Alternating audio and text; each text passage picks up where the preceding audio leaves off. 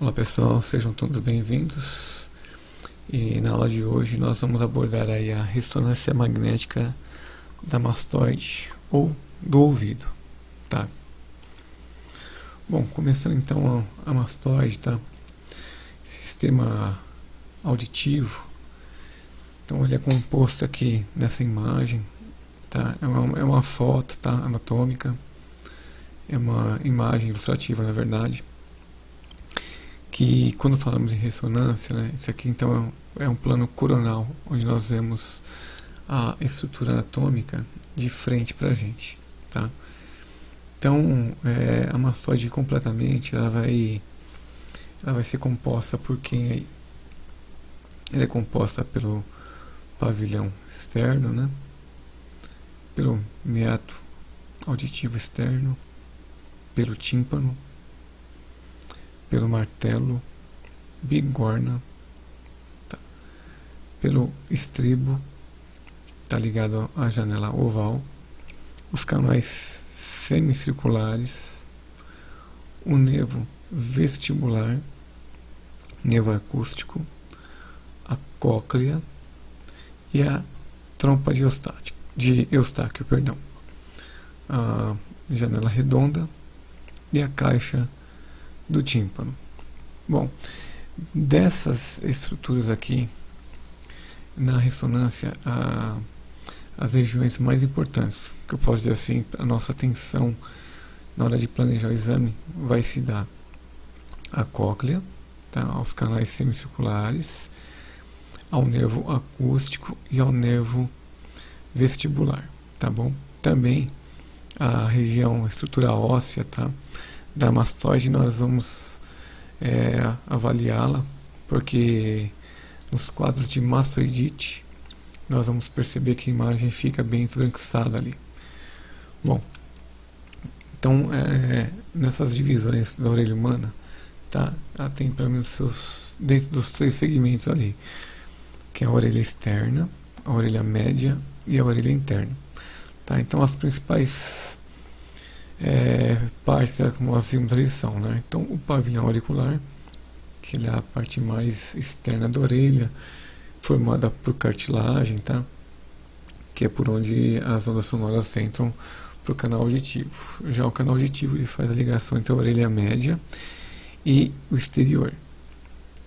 O martelo, tá, é um osso bem pequeno localizado na orelha média, que em uma extremidade está ligado ao tímpano e na outra bigorna, tá? Que recebe a vibração sonora e transmite para a orelha interna.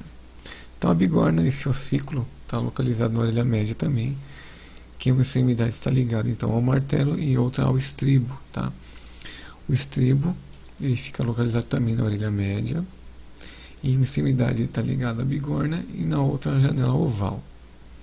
Tá? O tímpano ele é uma membrana extremamente fina que separa então a orelha externa da orelha média. Tá? Ele transmite as vibrações, as ondas sonoras aos pequenos ossos localizados na orelha média, como nós vimos anteriormente, a bigorna, o estribo e o martelo. Tá? Já a cóclea, chamada também, que lembra um caracol, está localizada lá na orelha interna. Então ele é um órgão receptor sensível a diferentes alturas de sons e também é responsável por converter a vibração das ondas sonoras em impulsos elétricos. A janela oval ela é uma abertura que liga a orelha média, tá, à orelha interna. E o nervo acústico ele transmite as informações ao cérebro, que depois de interpretados permitem a percepção do som, tá? As patologias que que podem afetar essa estrutura anatômica, tá? Então são as doenças do labirinto, geralmente chamadas aí, né, num todo de labirintite, tá? Mas existe também a doença de Meniere e outros tipos de vertigens. Então elas causam tontura, a cefaleia, desequilíbrio e mal-estar.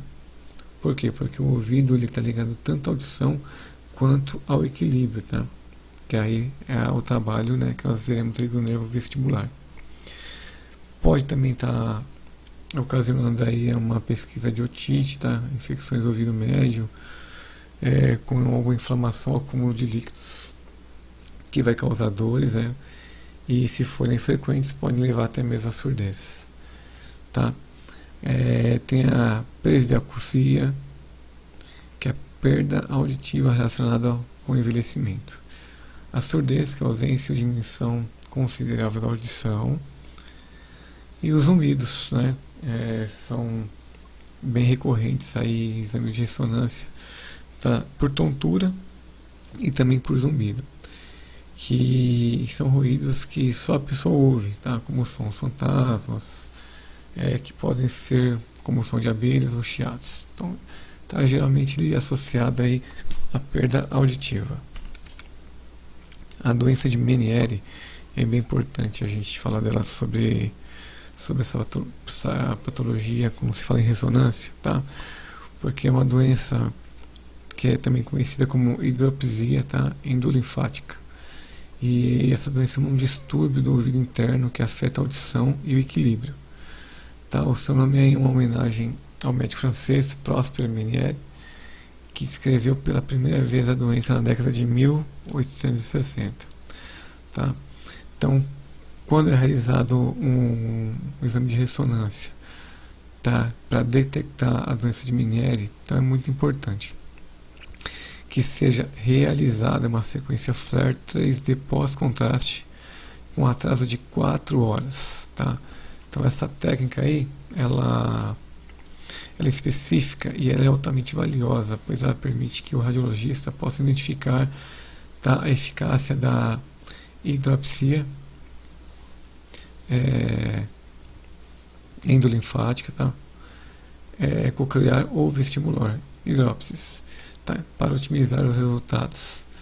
Então recomenda-se aumentar a dose de gadolínio, tá bom? Durante a realização dos exames, tá? Então, para obter resultados aí mais ideais, tá? Mais fidedignos, então é altamente recomendável utilizar um scanner de 3 teslas, tá? Pode ser feito de 1,5 tesla? Pode sim. A questão é que a resolução do campo de 3 tesla ele é bem maior, tá bom? Então, o que você não pode esquecer quando pegar um pedido médico e o HD for a doença de Meniere? Após 4 horas, orientar o paciente a retornar ao setor, tá bom? Para fazer uma sequência FLAIR 3D. Tá?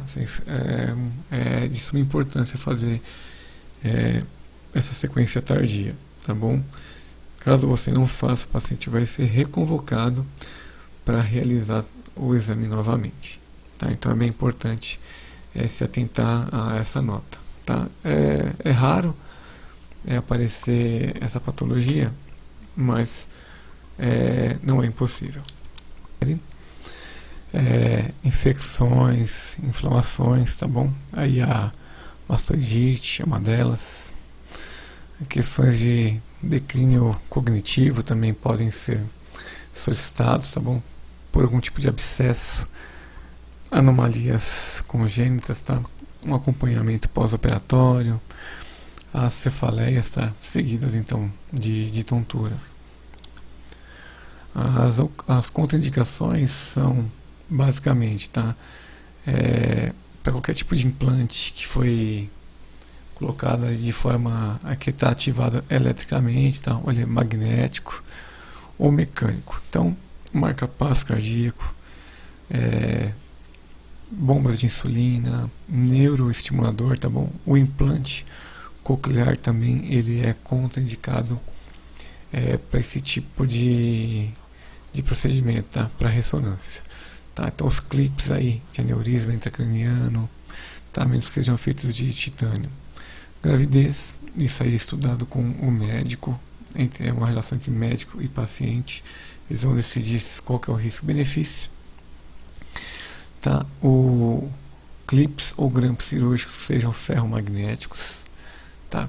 Corpo estranho, metálico próximo na região dos olhos, tá? Ou estilhaço de metal ou bala nessa região. Então, para o paciente fazer esse exame, ele vai ter que preencher um termo de consentimento, tá? Esse formulário aí, ele tem que estar sendo, vai ser preenchido pelo paciente, ele vai escrever ali, né? Vai responder as questões manualmente, tá?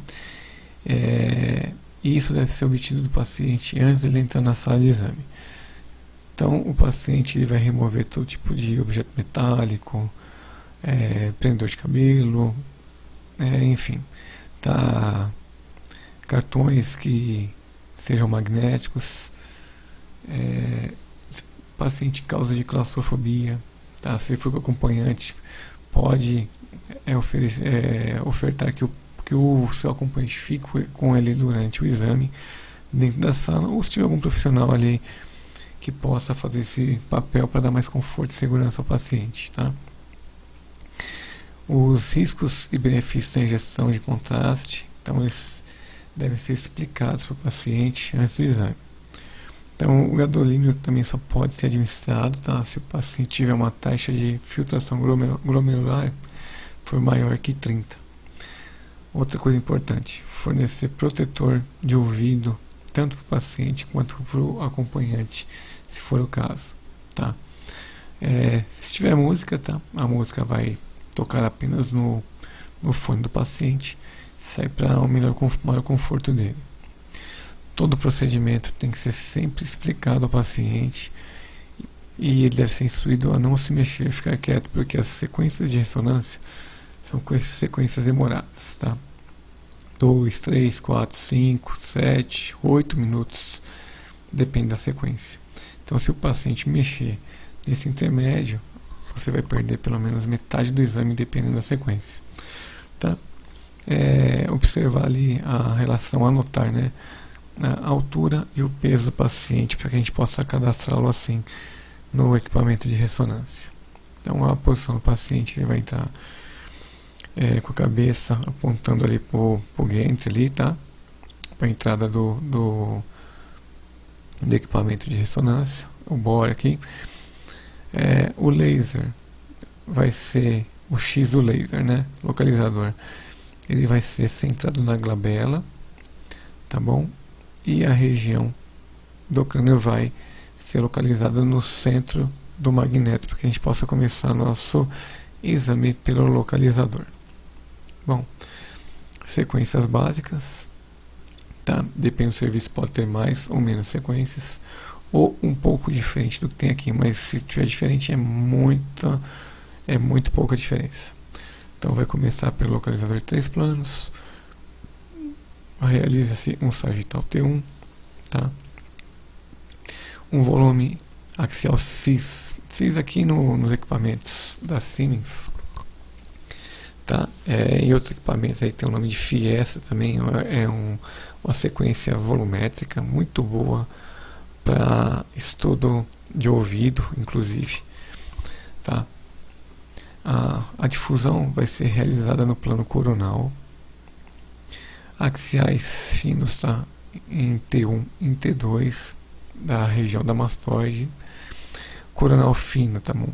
Em T1 e T2 também da região da mastoide. Esse coronal fino cerca de 2 milímetros a 3 milímetros por corte. Então são sequências um pouco demoradas, tá? Pela espessura do corte. Geralmente exames de mastoide, né, estudo de ouvido, faz injeção sim do meio de contraste, a não ser que o paciente não queira, que se recuse, ou que o médico solicite sem, tá? Fora isso, o exame é realizado a injeção de contraste.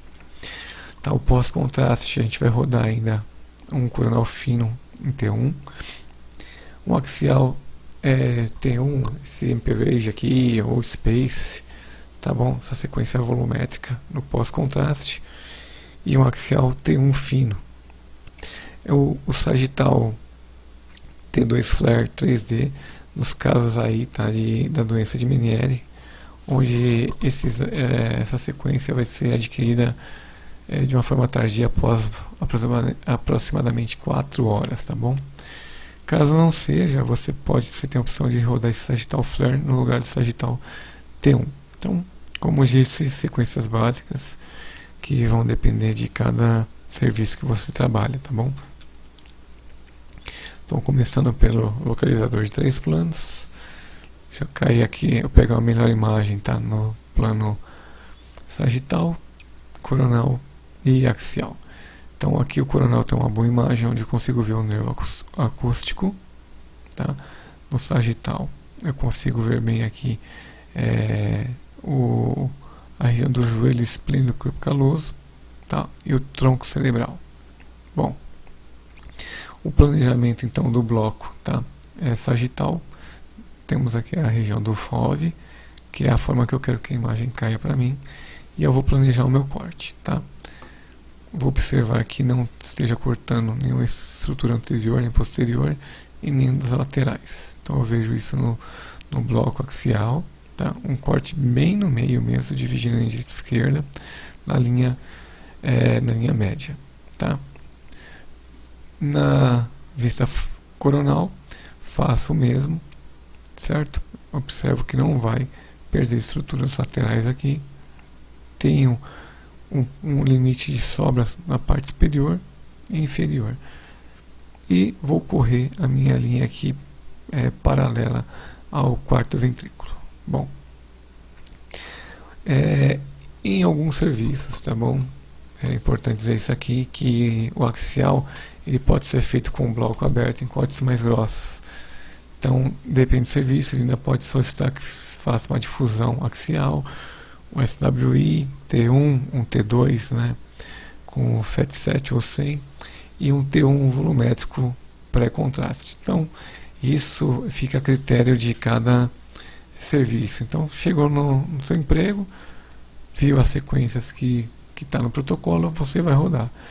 No caso de rodar esses blocos, que são cortes mais grossos, né, de 3 a 5 milímetros, então o planejamento vai ser que o teu bloco tem a abertura do FOV ali, que não corte o nariz nem a região posterior aqui do crânio, para que não haja uma dobra dentro da estrutura de estudo.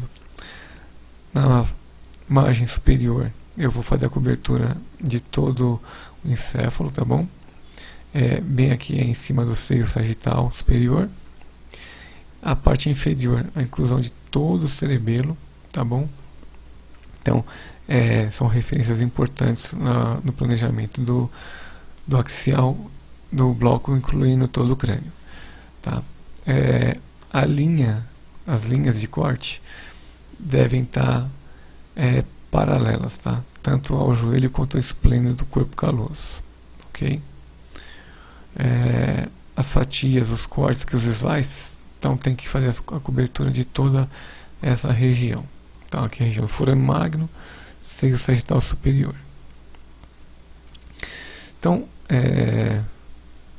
o axial fino da mastoide mesmo, como que nós vamos programá-lo, tá? Então, o bloco de corte, nota aí que ele vai estar paralelo, tá, ao longo do conduto auditivo interno.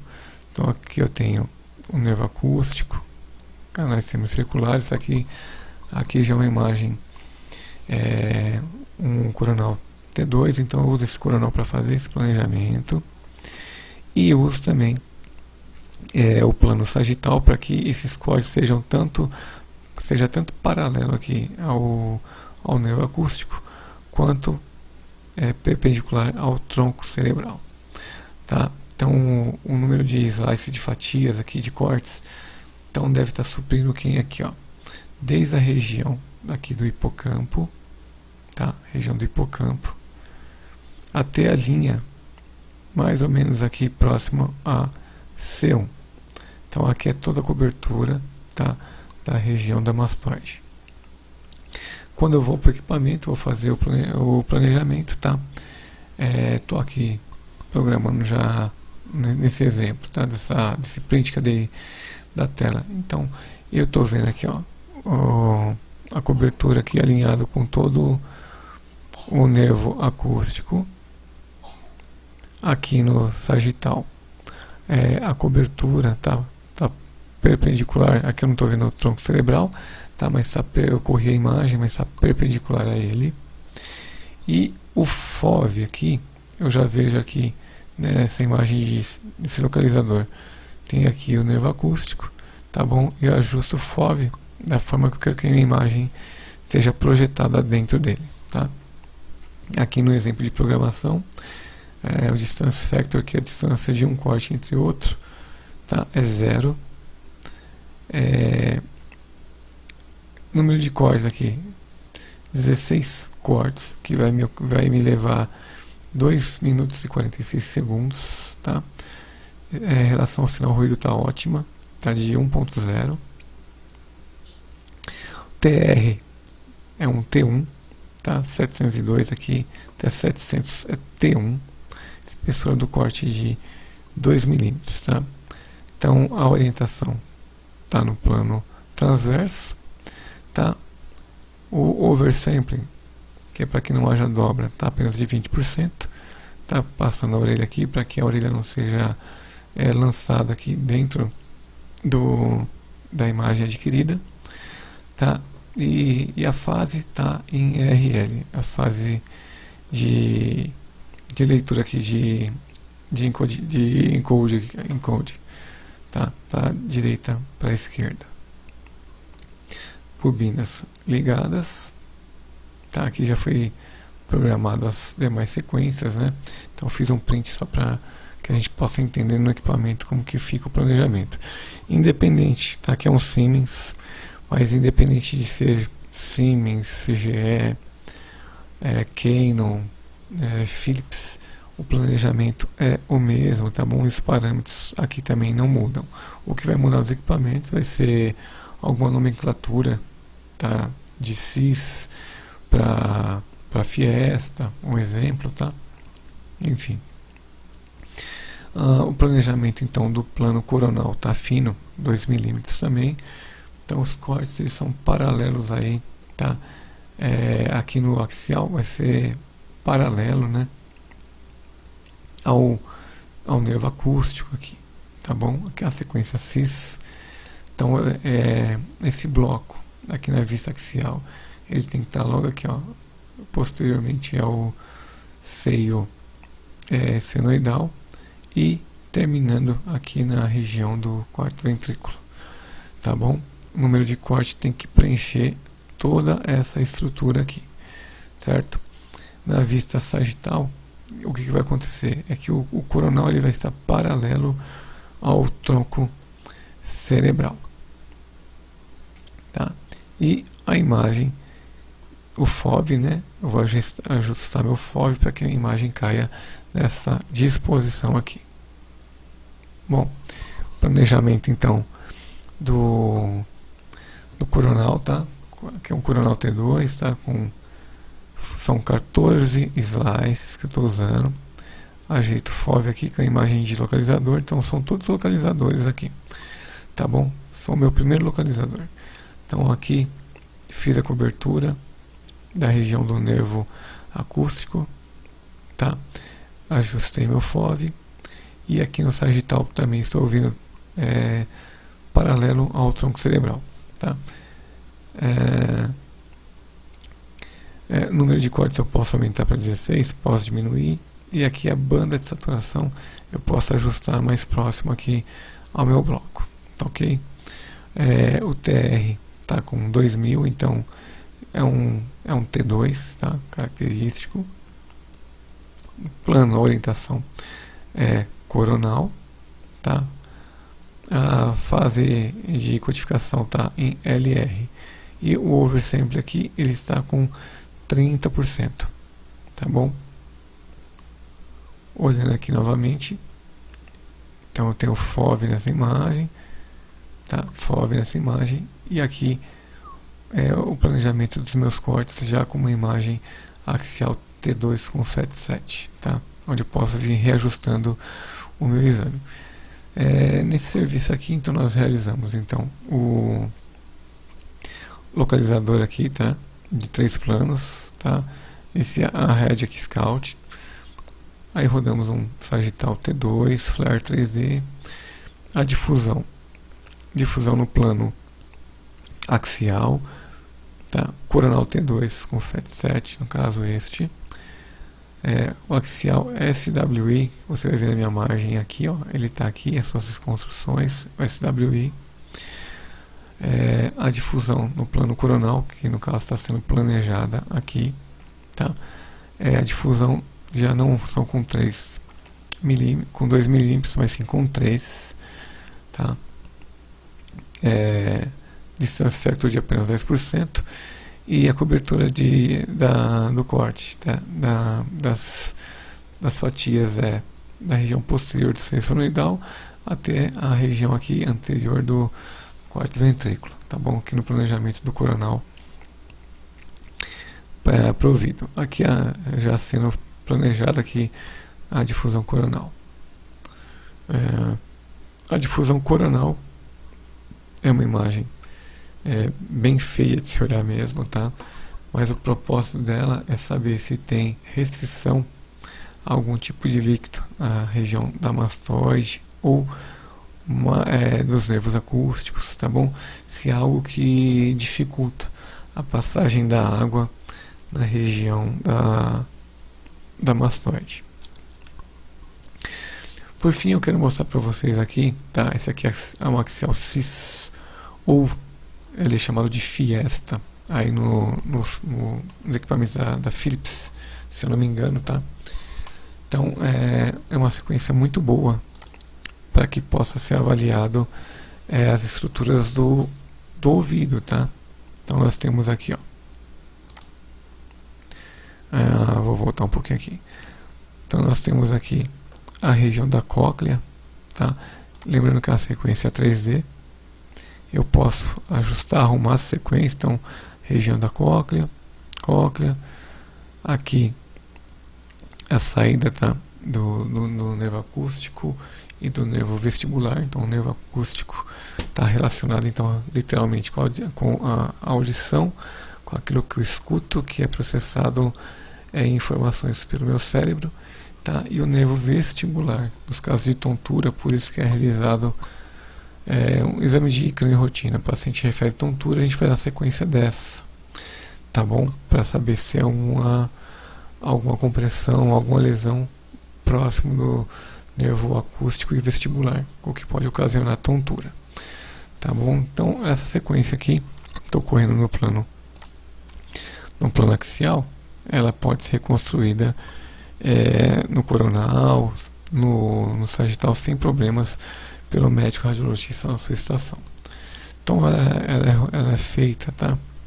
Fazendo inclusão de toda a estrutura do ouvido, onde o médico pode assim avaliar, tá? Se há algum tipo de lesão ou obstrução naquela região, tá? Esse aqui é o axial cis. Bom, enfim, essa primeira aula aqui, a ideia dela é de tornar mais fácil, tá? No momento de você me acompanhar no planejamento, tá? Do estudo da mastoide já no equipamento. Então você vai ver na próxima aula eu fazendo o planejamento, tá? Do estudo de mastoide. Espero que vocês tenham gostado dessa videoaula e aguardo vocês na nossa aula a seguir, já fazendo o planejamento no equipamento de ressonância do exame de mastoide. Muito obrigado, pessoal. Deus abençoe a todos.